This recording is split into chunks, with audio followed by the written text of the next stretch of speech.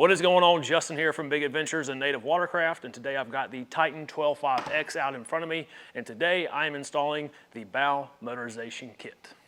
First thing that I'm going to do, come up here towards the bow, we're going to go ahead and install the motor, and I'm going to start off by taking out these dummy screws. So there's a lot going on in this kit. You've got a bunch of hardware bags, you've got a few mounting plates. One of the mounting plates is the 12.5X plate that we're going to install first, and then the motor is going to sit directly on top.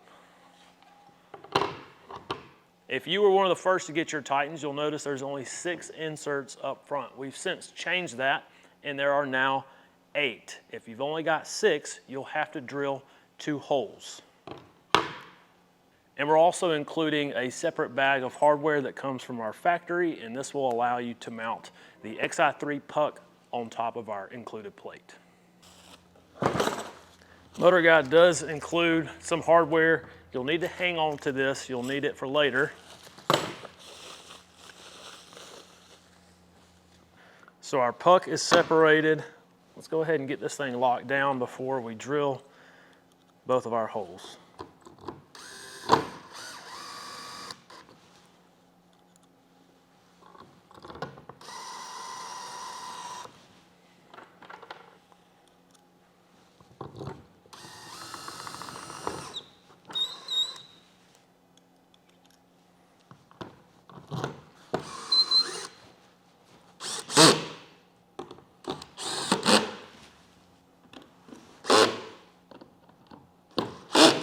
And it's important to note that if you have 6 inserts up front, you will have to drill out these 2 holes.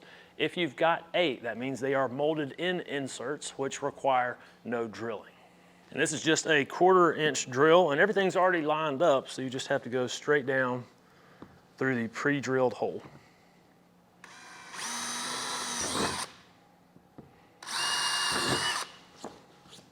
And now we're going to take a look at the rest of our hardware kit. You've got 2 1/4-20s.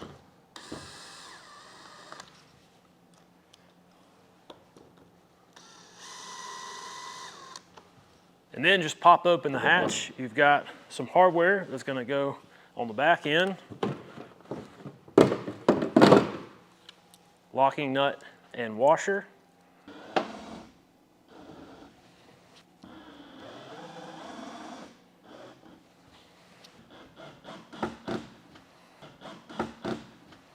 I've already got the motor unboxed. This is the other portion of the quick release bracket. It's going to mount directly to the motor, and I took these side panels off so you could see where the screws are going to be positioned. And now you'll need to get the hardware kit from Motor Guide and get out a couple of these screws. And then you'll also need the hardware that's going to lock your pin in place.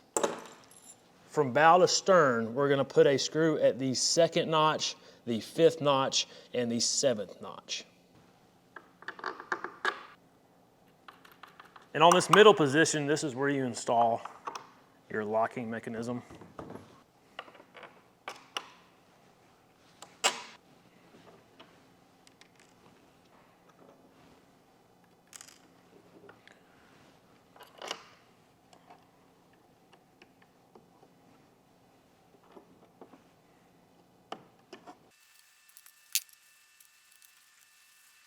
And this is how our locking pin is going to work. Let's go ahead and slide this in.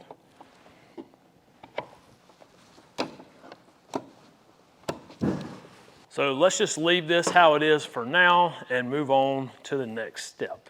So the next thing that's going to come out of our box is the wiring harness kit. You've got a couple of different plugs in here. One is going to be for the motor itself, so I'm just going to put this up here. And then you've got the receptacle, so the female portion that will also go up towards the bow. You've got some plugs that will be used for the battery. So that's going down here by the battery box. And then you also have a circuit breaker that's going to go inside of your hatch. Let's start by installing our trolling motor receptacle, which is going to go on the power link plate. It also has 2 screws that are included.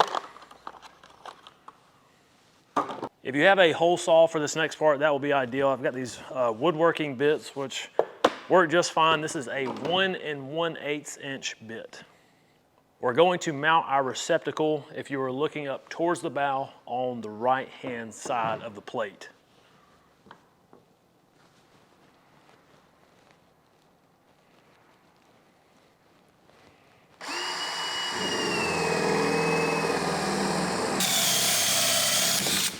And then let's just slide down our receptacle. This should be a pretty snug fit. Oh yeah, that's perfect. And then take the included screws. I've got to find a smaller bit so I can drill a pilot hole. I'm just going to go with a 7/64 inch drill bit.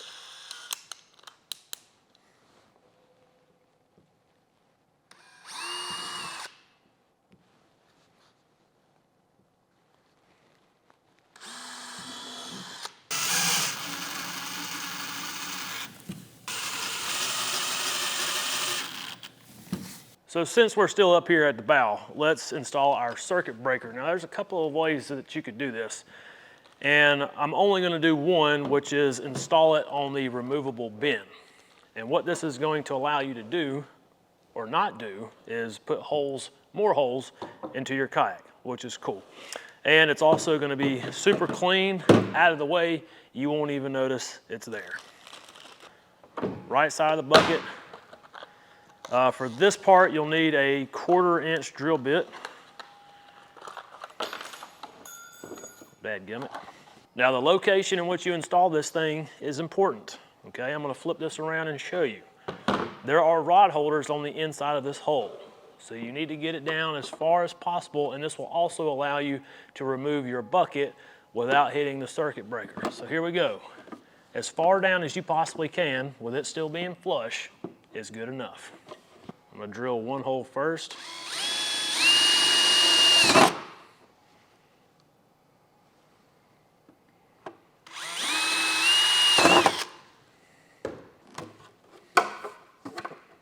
Check it out. Okay, and also included, you got 2 1/4-20s and your locking nuts.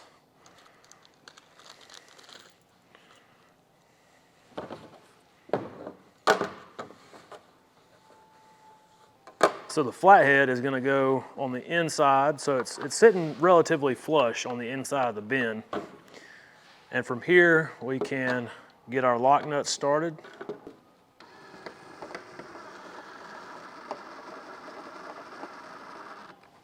And don't tighten this down too much, because you can crack the plastic in your circuit breaker. So as long as it's snug, again, you don't have to hammer it down.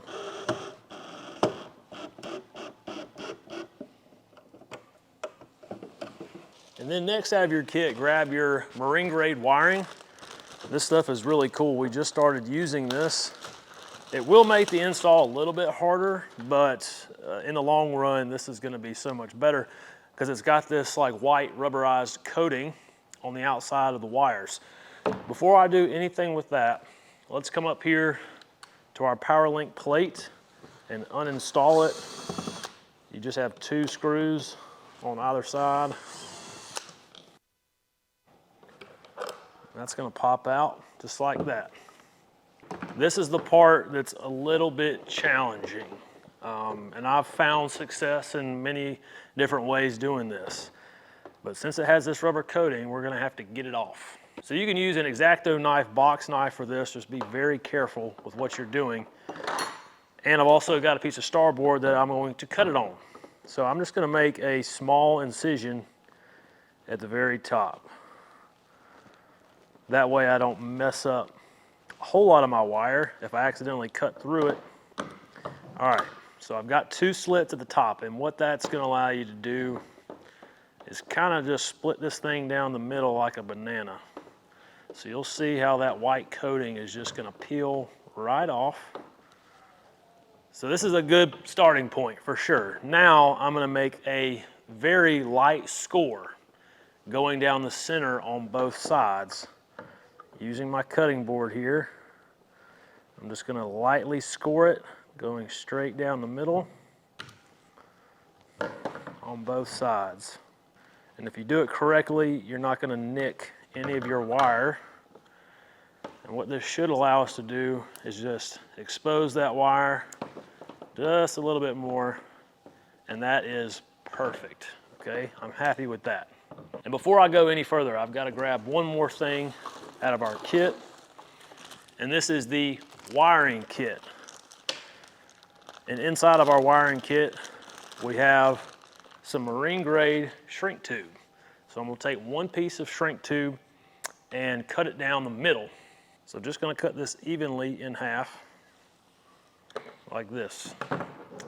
And then I'm gonna slide a piece over each wire, go all the way past the butt connector.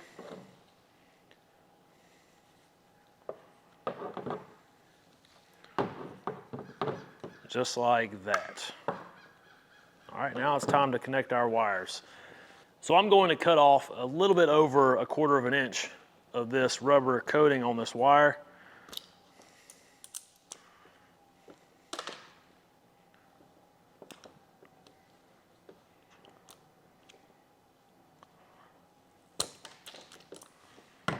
That actually might be a little bit too much. I'm just going to trim some of this off before I move forward. All right, let's start off by connecting black to black.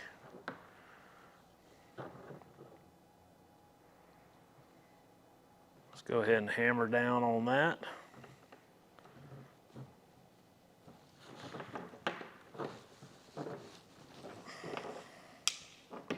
And then once you connect your black, you can go ahead and connect the red wire.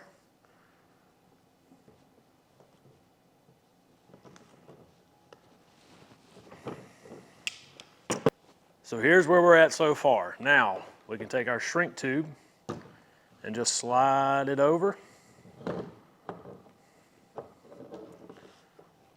Make sure you've got equal amounts on both sides, so that butt connector is going to be fully sealed. So for this part, I'm going to use a butane torch, but I'm going to knock the heat down all the way so I don't burn my wires. And this shrink tubing is awesome. It's activated by heat. It's got glue on the inside, which is going to give you a really, really good seal. So just kind of start off at a distance. If you have to back off a little bit, do so.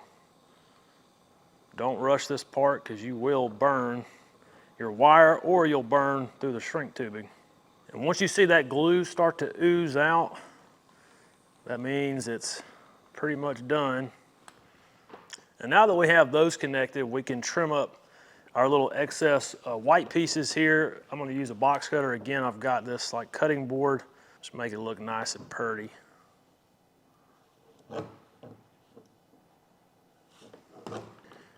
Be careful not to cut through your wires after you did all that work.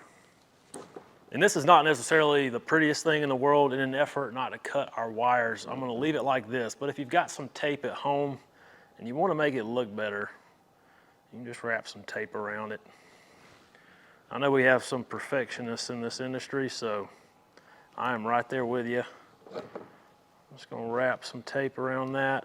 Now this next part is kind of up to your discretion. Me personally, I want to be able to remove this bin completely and have enough wiring on the front end to do so. So I'm going to come look at this part right here, the very beginning of our white wire. I'm going to come down about, let's say, 1.5 feet. A very light incision. A very light incision over the red wire. It's okay if you cut the red wire. It's not okay if you cut the black wire. It's fixable. Just don't do it. I highly recommend using the X-Acto because you can be very precise with your cuts. Again, I'm going to score both sides very lightly going down the very center here. All right. So again, we can banana peel this white portion off and expose both wires.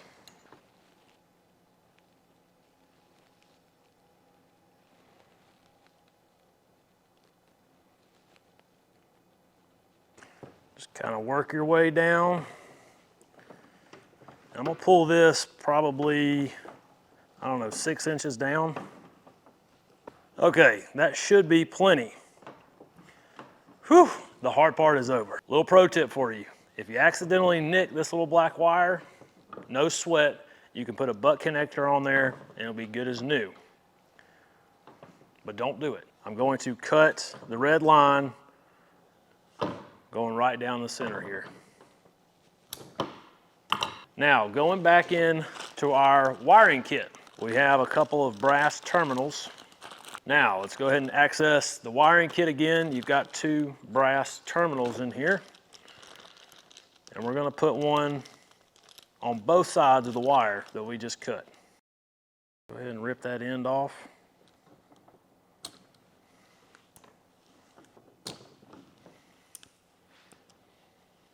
And before you install those terminals, grab another piece of your heat shrink tube. Just gonna put a little piece on each side. You don't need a whole lot here. And before you install the terminals, just kind of look at your circuit breaker, and you want to position these to where they line up just right. You definitely don't want to install them backwards.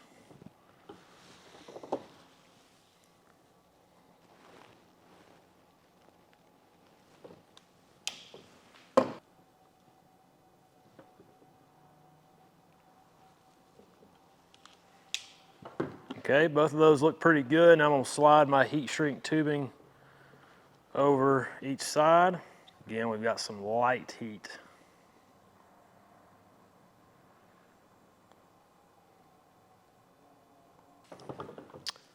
All right, well, that looks pretty good. This is the end result here. Now we can take an X-Acto again, if I can find it. We're going to have to clean up after I finish this. And I'm going to clean up this side here that we banana peeled. I'm going to coin that term, banana peeled. Again, if you're a perfectionist and you don't like those jagged edges, take a little piece of tape, wrap it around.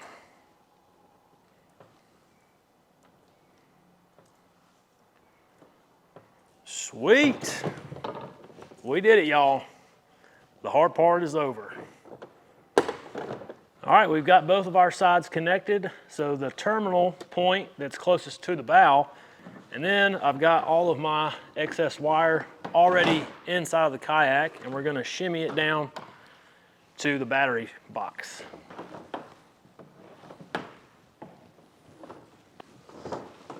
All right, sweet. We managed to hit it on the first try.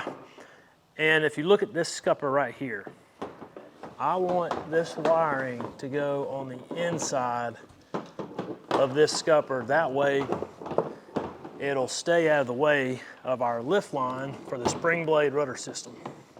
From here, there's a couple of things that can happen. If you're using a 60 amp hour battery, it will fit in the bucket. If you're using a 100 amp hour battery, it will rest directly onto the kayak. Now, if you've got that 100, we obviously have hole access right now. So there's no need to drill any other holes if you don't want to. If you have that 60, you're using this bin, you're gonna have to put a through hole kit on our mounting platform right here. So if you have that 100, of course you can put the through hole kit on there, but you don't have to if you don't want to. With the drop down bin, you kind of have to. Back to our wiring kit. Inside you will find a Yak Attack through hole wiring kit. They recommend using a 1-inch hole saw, and I'm gonna put this hole right here on this mounting surface. Now you also notice too, there's this little ridge going down, so you wanna stay clear of that ridge. So I'm gonna go kind of directly center, but just a little bit lower so I don't hit that ridge.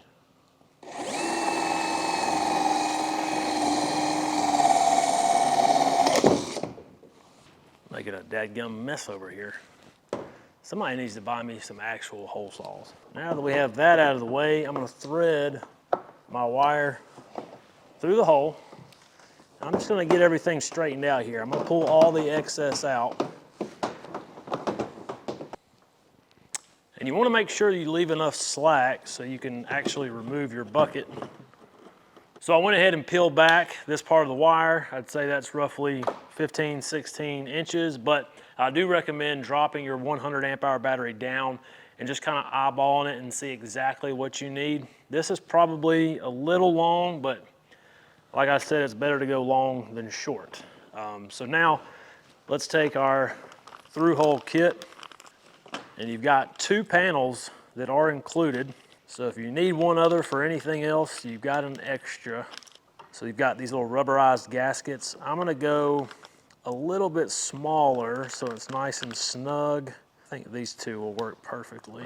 You should have 2 identical sizes. I'll just slide over like that. So these are both D. I'm using the size D on both sides. And then you can take one of your panels, slide it over as well. For the 2 holes that we're about to drill, Yak Attack recommends a 7/64 drill bit. So let's just line this up as best as we can.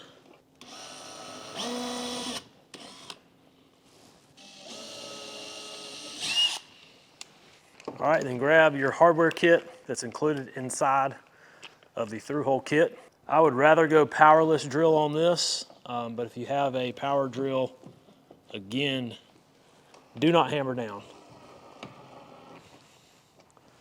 Nice and slow on that.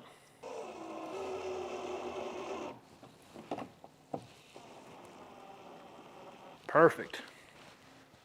Now I'm gonna go back inside of my wiring kit and grab some more of the heat shrink. Again, we're gonna cut this in half, equal sides, just like that.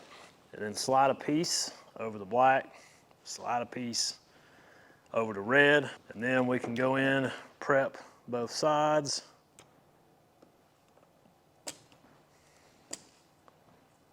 Now we're gonna take our Connect Ease kit. One side of this is gonna go on the battery itself, and then the other side will be connected to our little pigtail right here.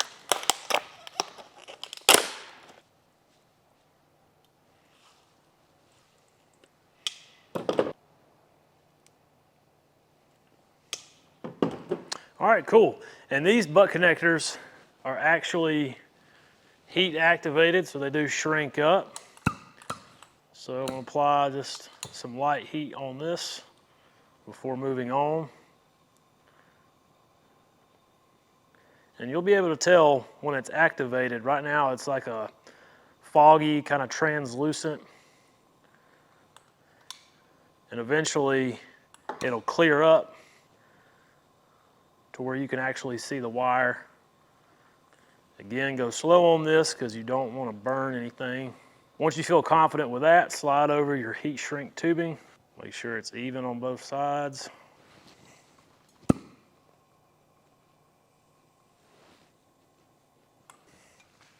Perfect. Again, one more time, if you're using a smaller battery, the 60 amp, you can just throw your battery box back in there, battery rests on that. But if you've got the 100, it's just gonna drop in here, just like that. And it actually fits the exact width of this opening. And then there's one more security measure here. All you have to do is take off the factory strap from Dakota. Just pop those 2 tabs off like that. And then our built-in strap is gonna slide right into those same slots on both sides of the battery. And then we can tighten down our buckle. And now our battery is securely locked in place. So before we go, let's install one more thing on the battery. You got your black side on the black terminal, red wire on the red terminal.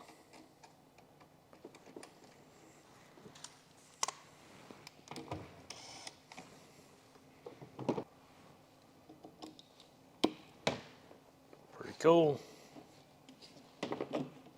So one last thing before we move on to the lift and lower line, we do have to prep the wires on our motor. So if you look up here at the receptacle, there's not a whole lot of travel in this wire. So we're gonna cut it pretty short. And this is one that we can't go back on, at least for right now anyway. So make sure we get it at the spot that we want it. All right, and then we'll take the male receptacle, and these are from Motor Guide. So this is a Motor Guide part. So I mean, still, this is gonna be pretty long, but it's not gonna get in the way of anything. Then I'm gonna come back over here and grab the last piece of shrink tube that we have in our kit. Again, cut it down the center. I'm just gonna slide each piece over the plug end.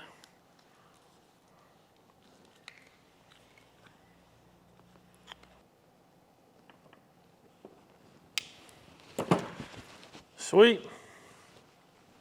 Now that we're done with that, there's no need to heat these up.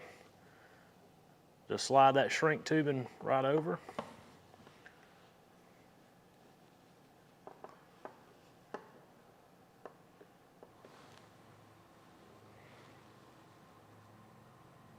Dadgummit. Well, you're supposed to put this on before you connect your wires. And this essentially covers up your wiring.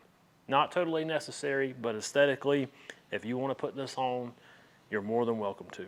So luckily I found a sock that was already split down in half, but this should do the trick. You get the idea. So that's what this is supposed to look like. Slide this on beforehand. The wiring is officially done. The motor should turn on as is, but now let's install the lift and lower line.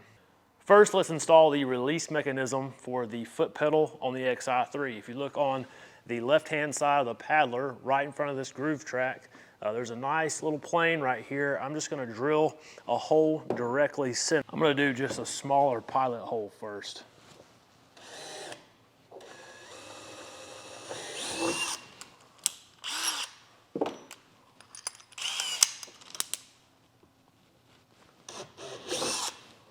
And then I'm just gonna go back and grab in the kit the TitanX motor release kit and the TitanX lift line kit.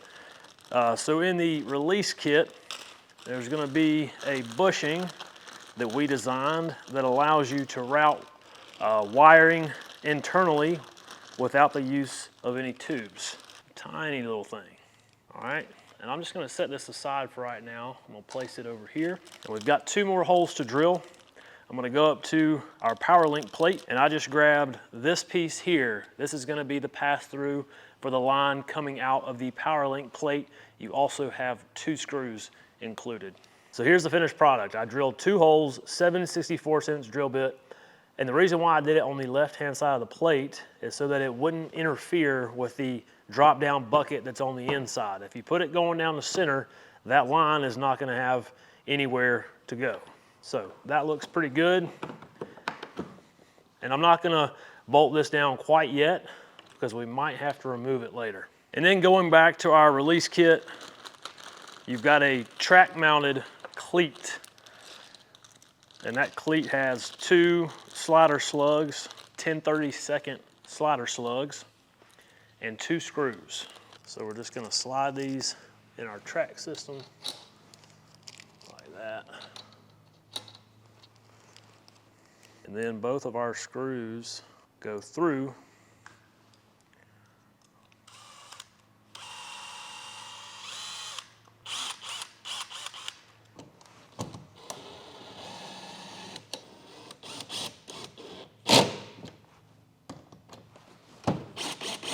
Now, going back to our kit here, you've got some Spectre cable, and this is just enough Spectre cable to run from right here all the way up to our power link plate. You do have a little bit extra, but this is pretty much cut to length. So I'm just gonna come up to the hole that I just drilled and then thread this Spectre cable to the front. And once I've got it threaded through, I'm gonna take the bushing that we've also got in the kit, and I'm going to install that really quickly. So bushing goes on first. All right. And then this is just gonna pop into place. It's got a couple of ridges, so just give it a little push, and that's not coming out. And now we've got our line locked down. And while we're already here, let's take our T-handle, and if you tie a single knot, it will pull through. So I'm gonna wrap this around a couple of times. 1, 2, and that should be a big enough knot for what we're doing. All right.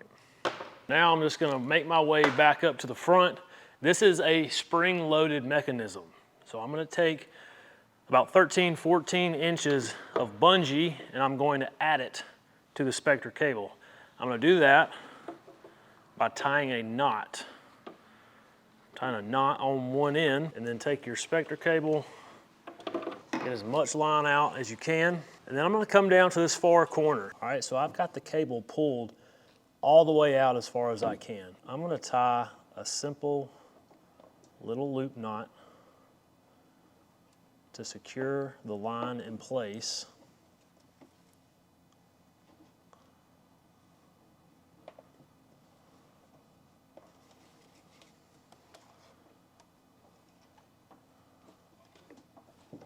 And this is something that you're just gonna have to play with in order for you to get the right tension. All right, I got one side on. Now, tie knot on the other side of the bungee. And this is how the tension is engaged, right here. All right, so take your line. I'm gonna create kind of a small triangle. Let that slack end come out just a little bit, and that's pretty much perfect right there. But again, you might have to adjust it. I feel like this is gonna be perfect. Again, you're tying that knot on the other side.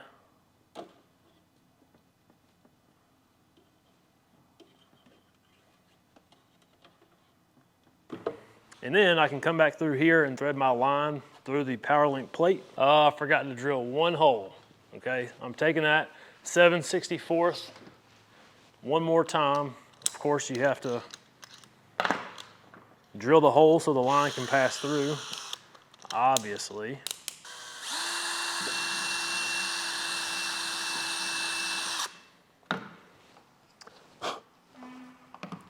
Pass that through. And then once you get this line through, you can take your screws and reinstall the plate.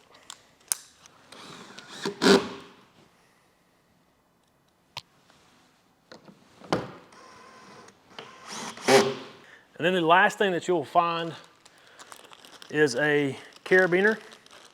And I'm gonna tie, I don't know what you call this knot, but it seems to work the best for this application. See what I'm doing? I'm folding that down, and then I'm tying a knot on itself. And then whenever you get that loop tied, just thread your carabiner through, just like that. So here's another fun part for you. You'll notice there's nowhere on this foot pedal to attach the carabiner to. So all I'm gonna do is drill a hole directly down the center. Starting off with a pilot hole. There's many ways that you can do this, but this seems the most effective to me.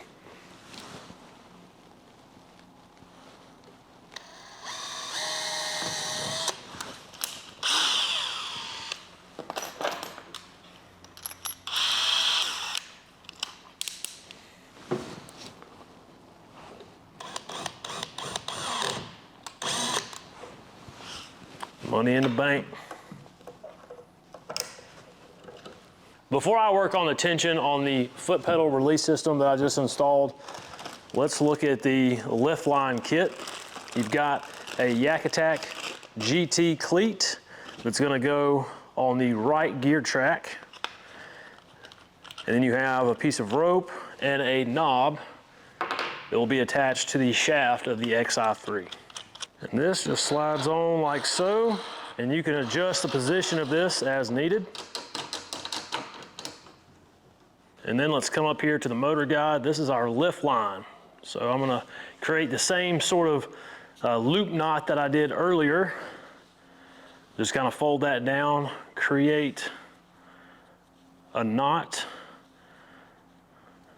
and then that loop's gonna pull through. And this is important. The reason why I do this is that you need the rope to continuously slip around the shaft. And that's important when you hit spot lock or you're making some tight turns. This rope is going to be taut the entire time that you're operating this motor guide. So as you watch, that shaft is going to spin and that rope is continuously slipping. And then coming back to the GT cleat that I just installed, I've got our knob here. And I'm going to do a double knot on this one. So thread it through twice.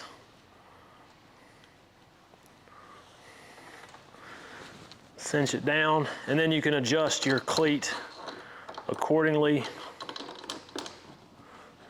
And this is in the deployed position, all right? So I'm still looking for some tension on that line.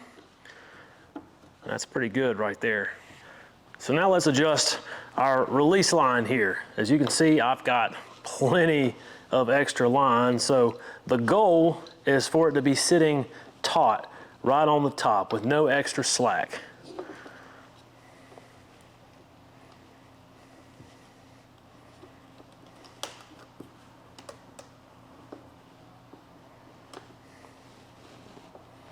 Again, I'm going to tie a double knot here.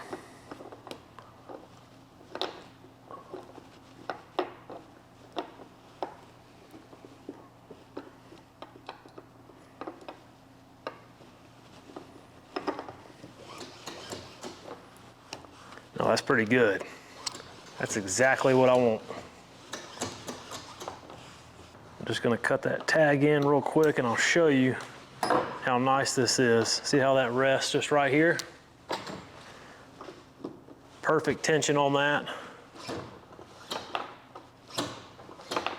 Sweet. So that's pretty much it for this install, but before I go, I wanted to talk about the mechanics of this motor, give you a quick pro tip. Now, you might find on the water that this thing has a pretty sticky pedal. So if you ever notice your pedal is not fully releasing and it's going up to about halfway, you have to release the pressure on the shaft. So all you have to do, give it a quick pop, and that pedal will go all the way back up. Before I go, one more thing. If you find yourself in a position on the water to where you need to get that motor up and locked quickly, make sure that the motor head is pointed 45 degrees to the right. This is going to allow it to come up in the correct position and actually get locked in. I see way too many people pulling it up and that motor head is just going all over the place and it doesn't lock down. So when you want to deploy the motor, unlock it, hit it with your paddle, boom. And we're running, all right? But the great thing about having this GT cleat over here is that, make sure it's pointed at a 45, I can unlock it, pull it up, and then I could leave the motor in the unlocked position so I didn't pull it all the way up, and then I can tie my line down to the GT cleat. Whenever you get to your spot that you're going, if you're in shallow water, once you get to that spot, all you have to do, let that line back out, and your motor will fall down gently. So, appreciate y'all for watching. That was the XI3 motorization kit install from Native Watercraft on this TitanX 12.5. If you want to find out more about this all-inclusive kit, you can go to nativewatercraft.com.